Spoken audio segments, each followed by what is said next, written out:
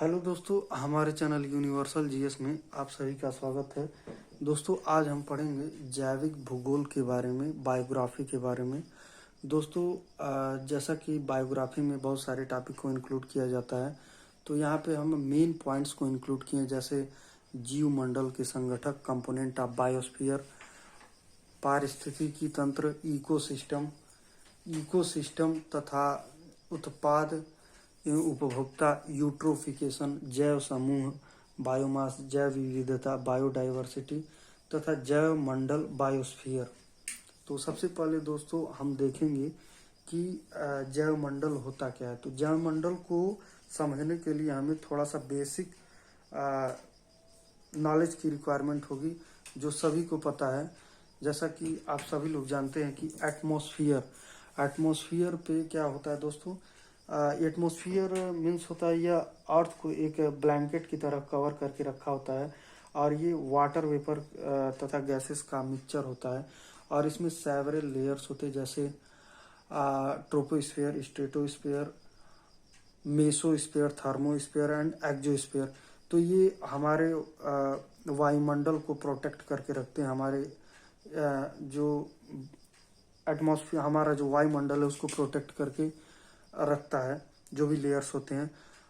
और उसके बाद देखा जाए हाइड्रोस्फीयर पे तो ज़्यादातर जो लार्ज वाटर बॉडीज होती है, 71% वाटर बॉडीज कवर करती है। लार्ज वाटर बॉडीज में इंक्लूड कर लिया जाता है ओशन को, और इसके इधर देखा जाए तो लेक्स को, पॉन्ड्स को, रिवर्स को, इन सारी चीज़ों को भी इम्प्लीमेंट किया जाता है। उसके बाद दोस्तों लिथोस्फीयर में 3 लेयर्स होते हैं अर्थ के: क्रस्ट, मेटल और कोर। क्रस्ट का हिस्सा जो होता है वो 2 चीज़ों से मिलकर बना होता है।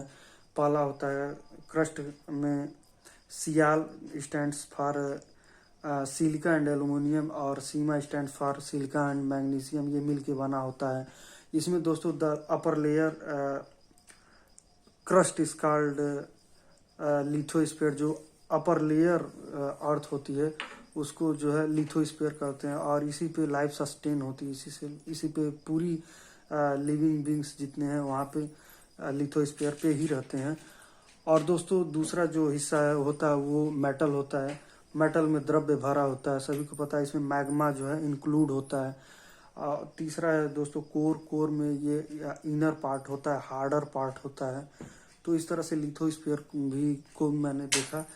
उसके बाद दोस्तों अब हम आते हैं अपने मेन टॉपिक पे, बायोस्फीयर को समझने से पहले हमने देखा कि एटमॉस्फेयर और हाइड्रोस्फीयर, लिथोस्फीयर को।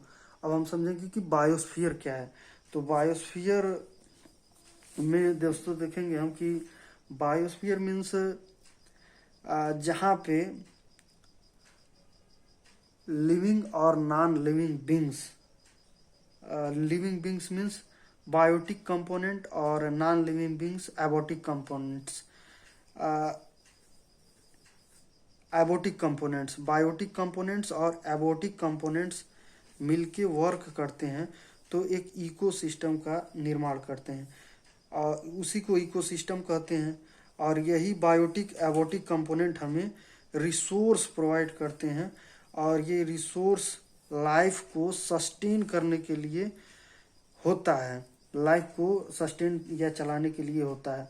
तो बेसिक नीड को फुलफिल करने के लिए हमें रिसोर्स की आवश्यकता होती है। किसी भी लाइफ के स्टेज में इस टाइप से रिसोर्सेस किसी दूसरे प्लेनेट पर अवेलेबल नहीं है, जिसके कारण वहाँ पे लाइफ पॉसिबल नहीं है, और हमारे अर्थ पे ऐसा फीचर्स अवेलेबल है जिसके कारण लाइफ पॉसिबल है। और यहाँ पे देखा जाए तो जो हमारा सन है, इससे एनर्जी हमें सन से मिलती रहती है, इसलिए सन को अल्टीमेट सोर्स ऑफ एनर्जी कहते हैं। Sun is called ultimate source of energy with the help of solar energy. All green plant, सभी ग्रीन प्लांट्स को प्रोड्यूसर कहते हैं, और उसी जो भी प्लांट्स होते हैं सन के लाइट से ही अपना भोजन बनाते हैं, जिसको फोटोसिंथेसिस कहते हैं। तो इस प्रकार जो जैव मंडल होता है, बायोस्फीयर होता है, वो it have 2 component, biotic and abiotic component, and it is interaction of lithosphere, atmosphere and hydrosphere.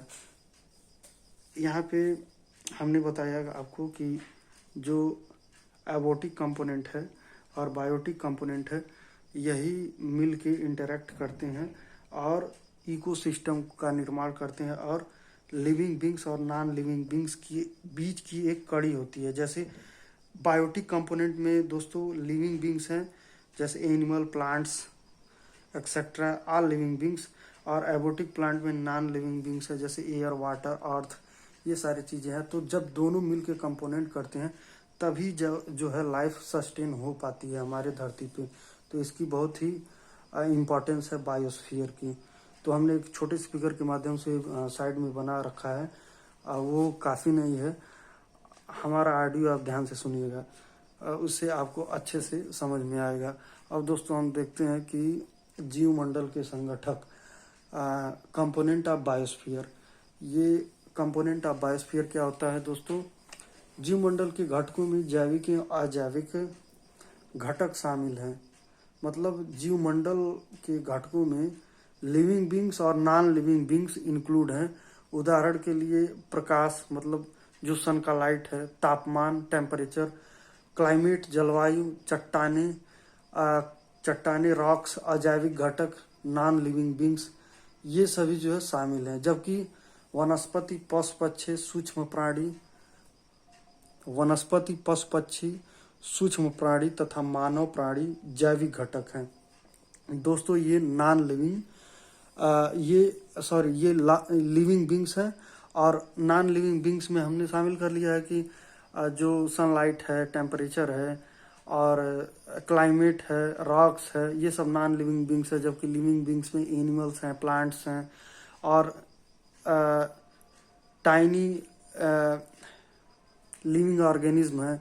ये सारे जो है, इन सभी चीज़ों को हम लिविंग ऑर्गेनिज्म या फिर बायोटिक कंपोनेंट में शामिल किए हैं। और नॉन बायोटिक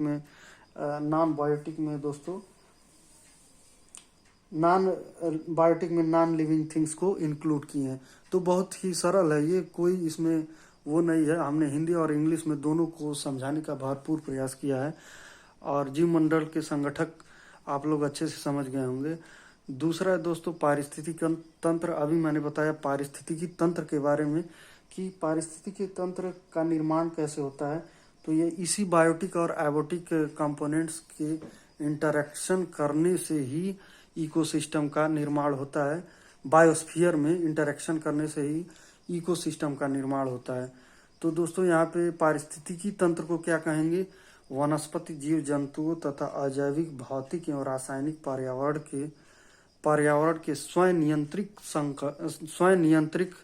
नियंत्रित संगठक को पारिस्थितिकी तंत्र कहते हैं। वही चीज जो मैंने बताया अभी कि बायोटिक और नॉन बायोटिक कंपोनेंट जब मिल के वर्क करते हैं हमारे बायोस्फीयर में, तो यहाँ पे इकोसिस्टम का निर्माण होता है। दोस्तों ये सरल भाषा में हमने आपको बताने का प्रयास किया है पारिस्थितिकी तंत्र को। उसके बाद है दोस्तों उत्पाद एवं उपभोक्ता,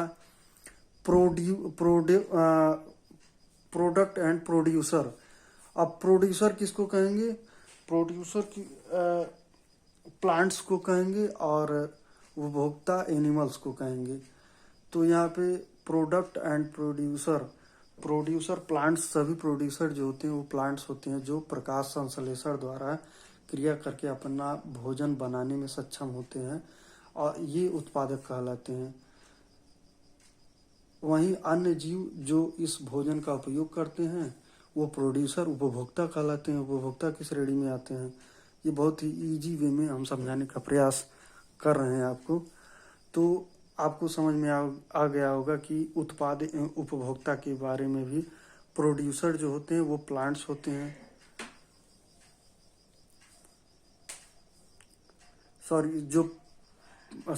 प्रोड्यूसर जो होते हैं वो प्लांट्स होते हैं और प्रोड्यूसर जितने भी सारे प्लांट्स होते हैं वो प्रोड्यूसर ही होते हैं।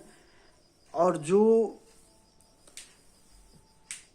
इस प्रोड्यूसर को भोजन का उपयोग करते हैं उसको वो जीव जंतु की कैटेगरी में आ जाते हैं। तो इसी को हमने इजी लैंग्वेज में लिख दिया भी है बोर्ड पे कि वे जीव जो प्रकाश संश्लेषण द्वारा क्रिया करके अपना भोजन बनाने में सक्षम होते हैं वो उत्पादक कहलाते हैं, तथा वह अन्य जीव जो इस भोजन का उपयोग करते हैं वो उपभोक्ता की श्रेणी में आते हैं। तो इस तरह से हमारा ये टॉपिक भी कंप्लीट होता है। दोस्तों अब हम देखेंगे यूट्रोफिकेशन क्या होता है। ये भी बहुत इंपॉर्टेंट टॉपिक है। यूट्रोफिकेशन भौतिक एवं रासायनिक एवं जैविक परिवर्तन की श्रृंखला तब होता है जब जल में अत्यधिक पोषक तत्व छोड़ दिए जाते हैं। तब इस प्रक्रिया में जलाशयों, झीलों इत्यादि की गहराई कम हो जाती है। इसी को यूट्रोफिकेशन कहते हैं दोस्तों। उसके बाद हमारा नेक्स्ट टॉपिक जैव समूह। जैव समूह मीन्स होता है पृथ्वी के किसी क्षेत्र में सकल जैविक कुल जीवों का भार या किसी क्षेत्रीय इकाई में किसी जाति का कुल भार जैव समूह कहलाता है। नेक्स्ट है दोस्तों जैव विविधता। जैव विविधता का कॉन्सेप्ट ये है कि जीव जंतु की विभिन्न प्रजातियां, जिसको हम फ्लोरा एंड फ्यूना कहते हैं, हमारे अर्थ पे डिफरेंट काइंड्स के flora and fauna. Flora means plant kingdom, fauna means animal kingdom. Plant kingdom और एनिमल किंगडम की बहुत सारी प्रजातियां पाई जाती हैं, हमने वहाँ पे मेंशन नहीं किया बोर्ड पे। तो इन सारी प्रजातियों में पर्यावरणीय दृष्टि से मानवीय संसाधनों के लिए जैव विविधता को बनाए रखने के लिए एक अत्यंत महत्वपूर्ण विषय है, जो कि हमेशा जैव विविधता को मेंटेन करना जो है आवश्यक होता है। तो यहाँ पे दोस्तों अब हम बताएंगे कि जैव विविधता बायोडाइवर्सिटी का क्या मतलब होता है। बायोडाइवर्सिटी का मतलब ये होता है कि जो एक एरिया में अलग अलग पौधे तथा जंतु शामिल होते हैं जिनमें अलग अलग विभिन्नता, गुण या स्वभाव पाए जाते हैं, उसी को हम जैव विविधता कहते हैं।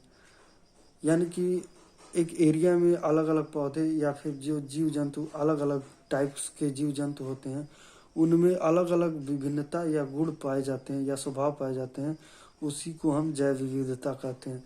तो दोस्तों इस तरह से हमने बहुत ही सरल भाषा में आपको समझाने का प्रयास किया है।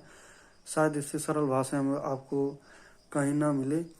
और ये वीडियो ज़्यादा से ज़्यादा like and subscribe and share करें और दोस्तों तक पहुँचाएं। अब नेक्स्ट वीडियो में जो है हम इसको और अच्छे तरीके से डिस्कस करेंगे। जैसे हमने बताया कि एटमॉस्फेयर, हाइड्रोस्फीयर, लिथोस्फीयर, इसके पूरे डिटेलिंग करेंगे। तब तक के लिए धन्यवाद।